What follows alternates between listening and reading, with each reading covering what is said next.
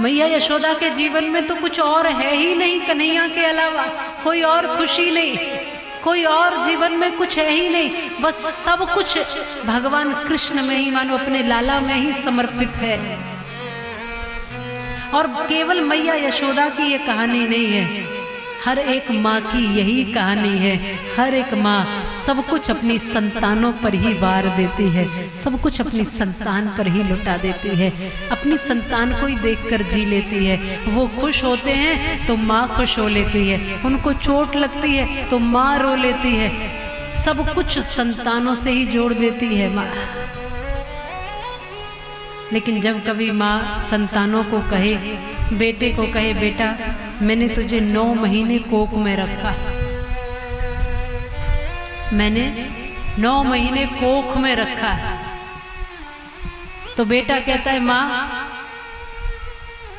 किराया ले ले 9 महीने का। क्या कहता है बेटा? 9 महीने का किराया चुका दूंगा।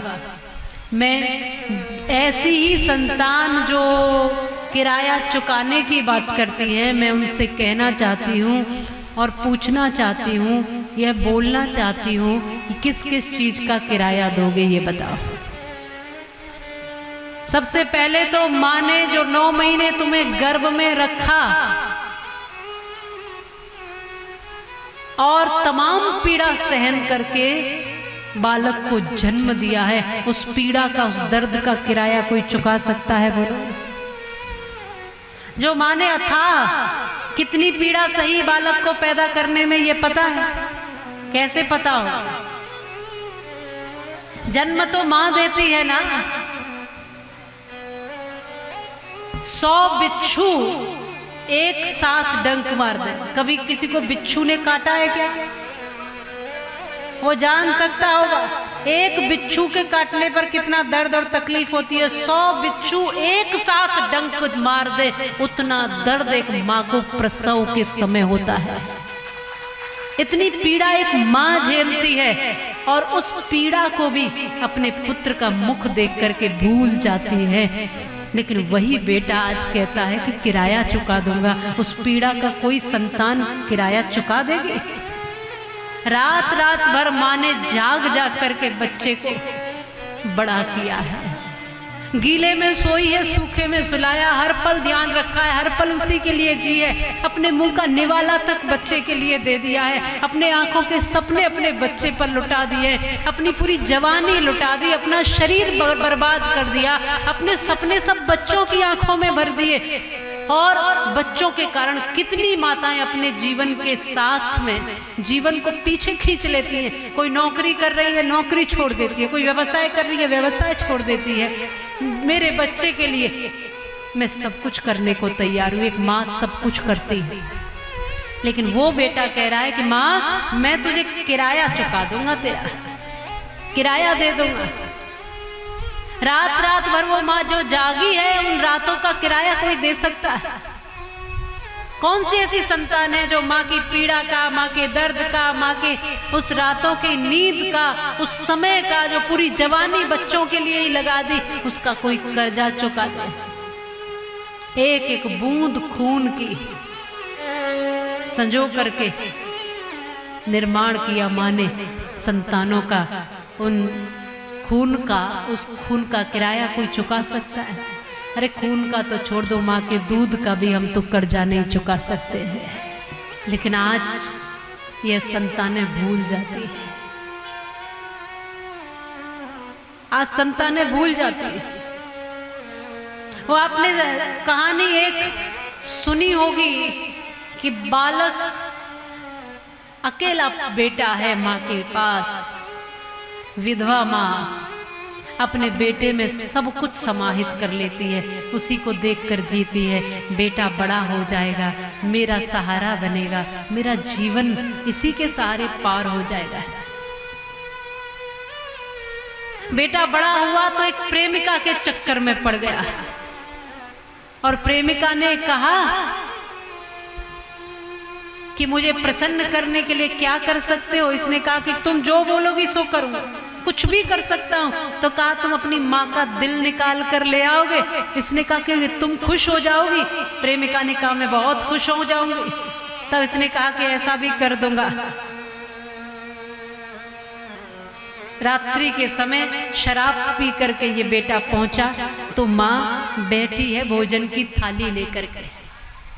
माँ भोजन की थाली लेकर बैठी है। बेटा आएगा, भूखा होगा, भोजन नहीं किया है। भोजन माँ ने भी नहीं किया, लेकिन माँ को अपनी चिंता कब होती है। बेटा आया शराब पी करके और माँ को डांट कर कहता है तू सोती क्यों नहीं है अभी तक।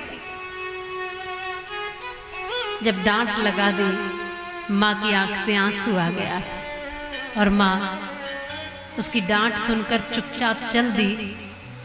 लेकिन फिर मुड़कर कहा बेटा भोजन रखा है, तू भूखा मत सोना, भोजन करके सोना। माँ भूखी सो गई, लेकिन बच्चे को कहा तू भोजन करके सोना, खा के सोना, भूखा मत सोना। और जाकर के सो गई। थोड़ी देर बाद नींद आ गई, रोते रोते माँ सो गई।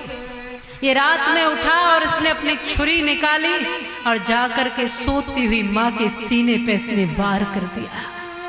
जिस छाती से लगकर इसने माँ के दूध पिया था, उसी छाती पर आज इसने एक के बाद एक प्रहार किया। उस छाती को गोद डाला, उस चाकू से, उस छुरी से माँ के सीने को चीर डाला और मांस का सा लोथड़ा लेकर के हाथ में चल दिया। खून की धारा बह निकली, वह माँ के प्राण इसने ले लिए। जिस माँ ने इसको जीवन दिया था, उसी माँ के प्राण इस बेटे ने ले लिए और मांस का लोथड़ा वो दिल निकाल करके दौड़ लिया। मेरी प्रेमिका खुश हो जाएगी अब मेरी प्रेमिका मान जाएगी, अब मेरी प्रेमिका प्रसन्न हो जाएगी। और बिल्कुल मदांध हुआ, माने नीचे देख ही नहीं रहा है, दौड़ लगाए जा रहा है। पैर के नीचे पत्थर आया, इसको ठोकर लगी और ये गिर गया। जब ये गिरा तो इसके हाथ से छूटकर माँ का दिल भी गिर गया। और जैसे ही वो हाथ से छूटकर दिल गिरा तो ये एक तरफ, माँ का दिल एक तरफ पड़ा है, लेकिन मरी हुई माँ के दिल से भी ये आवाज आई, मेरे लाल तुझे चोट तो नहीं आई।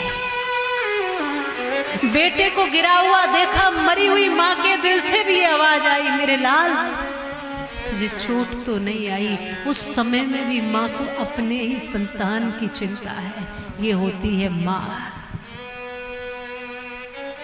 दुनिया में मिले होंगे आपको प्रेमी, आशिक, प्यार करने वाले लोग।